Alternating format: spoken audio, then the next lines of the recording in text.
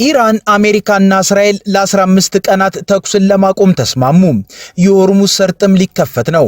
ኢራንም የባህር መተላለፊያውን ከፍታለሁ ብላ ተስማምታለች። ይህም ሌሊቱን ዓለም የሰማው መልካም ዜና ሆኗል። ጤና ይስጥልን፣ ኢትዮ ፍሮንቶች ነን። አብራችሁን ስትቆዩ ይህን ጉዳይ በስፋትና በጥልቀት በመረጃና ትንታኔ ትሰማላችሁ። እስከዛው ቻናላችንን ሰብስክራይብ፣ ላይክ እና ሼር እያደረጋችሁ አብራችሁን ቆዩ።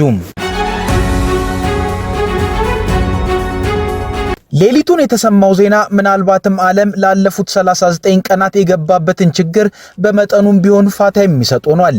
አሜሪካና እስራኤል በኢራን ላይ ጥቃትን ሲከፍቱ፣ ኢራን ደግሞ እንደ የተባበሩት አረብ ኤሚሬት ያሉ ሀገራት ላይ ጥቃትን ከመሰንዘሯ ባሻገር ሆርሙዝ የተሰኘውን የባህር መተላለፊያን በመዝጋቷ ይህ የባህር ወሽመጥም የዓለም 20 በመቶ ነዳጅ መተላለፊያን በመሆኑ ላለፉት ከአንድ ለሚበልጡ ወራት በርካታ ሀገራት ኢትዮጵያን ጨምሮ በነዳጅ እጥረት ተመትተዋል። የዋጋ ንረትም ያሰቃያቸው ጀምሮ ነበር። ሌሊቱን ግን መልካም የሚባል ዜና ተሰምቷል። የአሜሪካው ፕሬዝዳንት ዶናልድ ትራምፕ የኢራንን የጥንት ስልጣኔ አጠፋለሁ ብለው የሰጡት የጊዜ ገደብ ማጠናቀቂያ ደቂቃዎች ቀርተውትም ነበር። ዓለምም የከፋው ጦርነት ተቃርቧል በሚል ፍርሃት ውስጥ ገብቷል። ነገሮች ደቂቃዎች ሲቀራቸው ግን ከዋይት ሃውስ ከአሜሪካው ፕሬዝዳንት ዶናልድ ትራምፕ መልካም ዜና ተሰማ። ይህም ዜና የአሜሪካው ፕሬዝዳንት ዶናልድ ትራምፕ በቅድመ ሁኔታዎች ላይ በተመሰረተ መልኩ ኢራን ላይ ሊከፍቱ የነበረውን ጥቃት በማቆም ለ15 ቀናት የተኩስ አቁም ስምምነትን ለማድረግ መስማማታቸውን በትሩዝ የማህበራዊ ሚዲያ ገጻቸው ላይ ያሰፈሩ። ይህም ኢራን የሆርሙዝ የባህር መተላለፊያን የምትከፍት ከሆነ የሚፈጸም የተኩስ አቁም ስምምነት መሆኑን ነው በዚሁ የማህበራዊ ሚዲያ ገጻቸው ላይ ጻፉት። ወዲያው ነበር ኢራን ለዚህ የአሜሪካ ፕሬዝዳንት ዶናልድ ትራምፕ ውሳኔ ምላሽን የሰጠችው።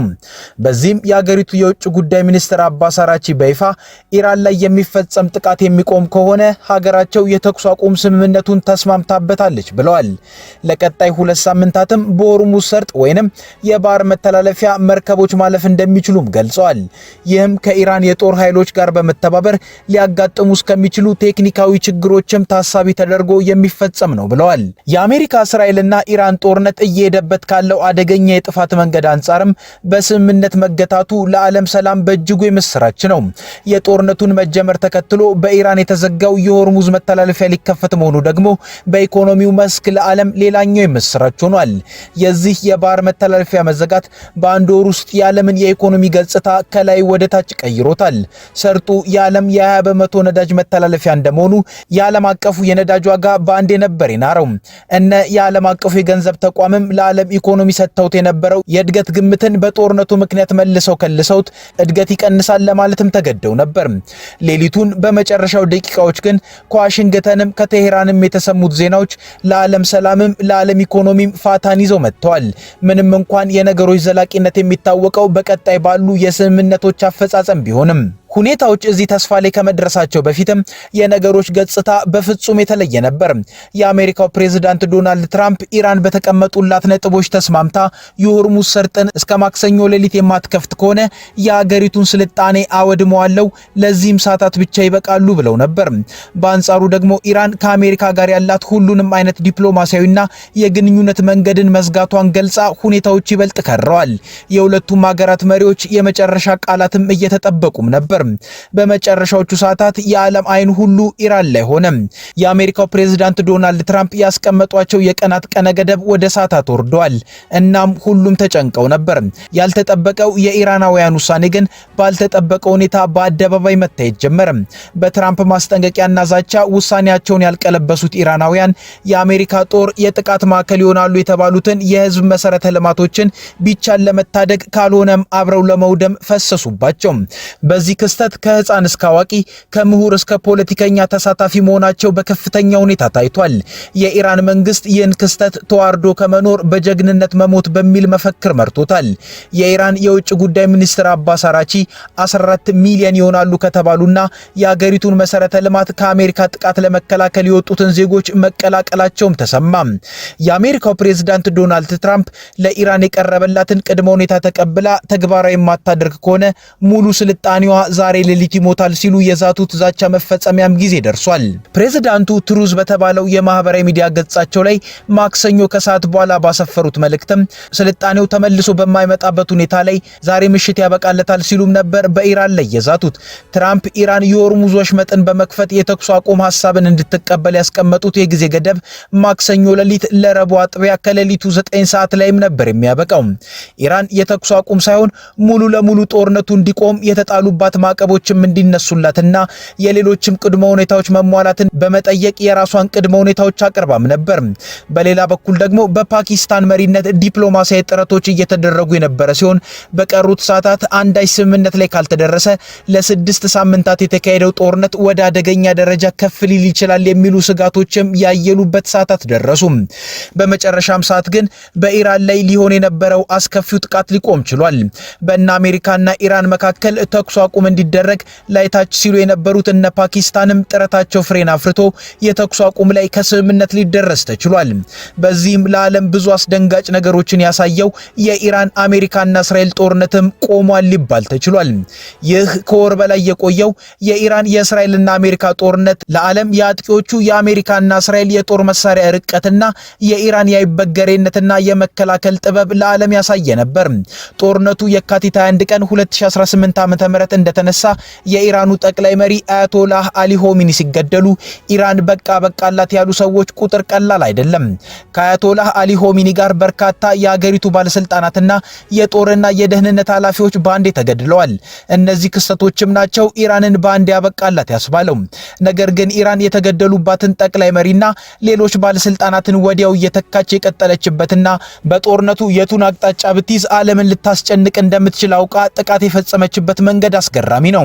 ኢራን ጦርነቱ እንደተነሳ ነው የዓለም ዋና የነዳጅ መተላለፊያ የሆርሙዝ ሰርጥን ጠርቅማ የዘጋችው። ይህ እርምጃ ምን ያክል የዓለም ቁልፍ ስፍራን እንደተቆጣጠረች እንድታሳይ አድርጓታል። ዓለም ባንዴ በነዳጅ ቀውስ ውስጥ መጨነቅ ጀመረ። ኢራን በዚህም አላበቃችም። የአሜሪካን ወታደራዊ ቀጠናን ታቅፋቸዋል ብላ ጎረቤቶቿን በአየር ጥቃት ታስጨንቃቸው ጀመር። በዚህም ብቻዋን ሆና ባሏት ጠንካራ ተቋማትና መልክዓ ምድር ከብዙዎች ጋር ተፋልማ ዓለምን ማስጨነቅ እንደቻለች አሳይታለች። የኢራን እርምጃ ዳፋ የኢትዮጵያን ኢኮኖሚም ክፉኛ መጥቶት ነበር። ኢራን የሆርሙዝ ሰርጥን በመዝጋቷ ምክንያት ኢትዮጵያ ገዝታው የነበረው 1,350,000 በርሜል ነዳጅን ማምጣት ተስኗት ነዳጅን በኮንትሮባንድ ለመግዛት ተገዳ ኢኮኖሚዋ መንገዳገድ ጀምሮ ነበር። በሌላ በኩልም በጦርነቱ ምክንያት ጊቤ የተሰኘች መርከቧም በዚያው ታግታ ቆማለች። ይሄ መልከ ብዙ የኢራን አሜሪካና እስራኤል ጦርነትን በተኩስ አቁም ፋታ ማግኘቱ ከኢትዮጵያ እስከ ዓለም በረከቱ ብዙ ነው። ነገር ግን የስምምነቱ ፈጻሚዎች ዘላቂ የስምምነት ታማኝነታቸው ላይ ነው ተስፋው የተመሰረተው። በኢራንና አሜሪካ መካከል የ2 ሳምንታት የተኩስ አቁም ስምምነት ከተደረሰ በኋላ የዓለም የነዳጅ ዋጋ በከፍተኛ ሁኔታ እየቀነሰ ነው። በአሜሪካ ዌስት ቴክሳስ ኢንተርሚዲየት የነዳጅ ዋጋ በ18 በመቶ ቀንሶ ወደ 92 የአሜሪካን ዶላር ከ60 ሳንቲም ወርዷል። በተመሳሳይ የብሬንት ድፍድፍ ነዳጅ ዋጋ በበርሜል 6% ቀንሶ 103 የአሜሪካ ዶላር ከ40 ሳንቲም ሆኗል። በቀጣይ የሆርሙዝ ሰርጥ ለሁሉም መርከቦች ተከፍቶ ነፃ ዝውውር ሲደረግ የነዳጅ ዋጋ ከዚህም ሊቀንስ እንደሚችል ይገመታል። በሌላ በኩልም እስራኤል የተኩስ አቁም ስምምነቱ አካል መሆኗ ተነግሯል። አንድ ከፍተኛ የዋይት ሃውስ ባለስልጣን ለሲኤንኤን እንዳረጋገጡት ከሆነ እስራኤል በዚህ የ2 ሳምንት የጊዜ ገደብ ውስጥ የቦምብ ጥቃቷን ለማቆም ተስማምታለች። ይህ ሁሉንም ነገር ይለውጧል። ትራምፕ ከዚህ ቀደም እስራኤልን በተመለከተ እኔ ሳቆም እነሱም ያቆማሉ ብለው ነበር። ሌተናል ጄኔራል ታደሰ ወረደ የትግራይ ክልል ጊዜያዊ አስተዳደር ፕሬዝዳንት ሆነው እንዲቀጥሉ መወሰኑን ቲቢኤስ የተባለ ቴሌቪዥን ጣቢያን ጠቅሶ ቲክቫ ኢትዮጵያ ዘግቧል። ሌተናል ጄኔራሉ ፕሬዝዳንት ሆነው የሚቆዩበት የጊዜ ገደብ ግን አልተቀመጠም ሲል ሚዲያው አክሎ ገልጿል። ይህ በእንዲህ እንዳለ በትግራይ ማዕከላዊ ዞን የአድዋ አቢ አዲና አሳ ምክር ቤቶች በሚል ማክሰኞ መጋቢት 29 ቀን 2018 ዓ.ም የተሰራጨ መረጃ በጊዜያዊ መንግስት መተዳደር ይብቃን፣ ከጦርነቱ በፊት የነበረው የተመረጠ መንግስት ይመለስልን የሚል ሰላማዊ ሰልፍ አድርገዋል ብሏል። እሁድ መጋቢት 27 ቀን 2018 ዓ.ም ወደ አዲስ አበባ ያቀኑት ፕሬዝዳንት ታደሰ ወረደ ከኢፌድሪ ጠቅላይ ሚኒስትር አብይ አህመድ ጋር ተወያይተዋል። የመጀመሪያው ዙር የፕሬዝዳንት ሌተናል ታደሰ ወረደ የስልጣን ጊዜ ዛሬ ሮብ መጋቢት 30 ቀን 2018 ዓ.ም እንደሚያበቃ ይታወቃል። አንጋፋዋ ዲፕሎማት አምባሳደር ቆንጂት ስነ ጊዮርጊስ በሕክምና ሲረዱ ቆይተው ከዚህ ዓለም በሞት ተለይተዋል። አምባሳደር ቆንጂት የውጭ ጉዳይ ሚኒስቴርን በ1950ዎቹ በለጋ ዕድሜያቸው ተቀላቅለው ከዴስክ ኦፊሰርነት እስከ ከፍተኛ አመራርነት አገልግለዋል። አምባሳደር ቆንጂት ከዮዲት እምሩ በመቀጠል በኢትዮጵያ ሁለተኛዋ ሴት አምባሳደር ናቸው። አምባሳደሯ በኦቶዋ፣ ካይሮ፣ ቴልአቪቭ እና ቬና በሚገኙ የኢትዮጵያ ሚስዮኖች ባለሙሉ ስልጣን አምባሳደር ሆነው ያገለገሉ ሲሆን በአፍሪካ ህብረትና በተባበሩት መንግስታት የአፍሪካ ኢኮኖሚ ኮሚሽን ቋሚ መልእክተኛ በመሆንም ሰርተዋል። ከሰኔ 2009 እስከ መስከረም 2011 ዓ.ም ደግሞ ኢጋድ በመራው የደቡብ ሱዳን የሰላም ስምምነት ላይ ልዩ አማካሪ ሆኖ ማገልገላቸውን የውጭ ጉዳይ ሚኒስቴር መረጃ አመላክቷል።